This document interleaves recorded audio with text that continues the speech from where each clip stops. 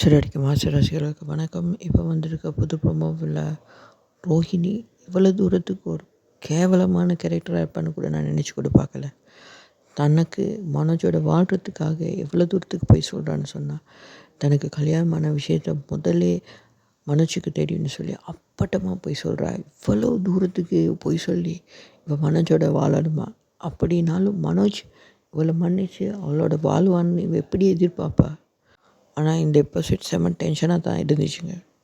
விஜய் அம்மாவுக்கு ஓரளவுக்கு ப்ரெஷர் கூடி கோச்லேயே மயங்கி விழுகிற அளவுக்கு சீனை காட்டியிருக்காங்க. இவ்வளோ தூரம் ஒரு கேவலமான கேரக்டர் நான் நினைக்கிறேன் தமிழ் ட்ராமாவிலே இருந்திருக்க மாட்டாங்க. அவ்வளோ தூரத்துக்கு கேவலமாக ஒரு ரோஹிணி இருக்காளே, இவ்வளோ தூரம் போய் சொல்கிறாளே. பார்ப்போம்.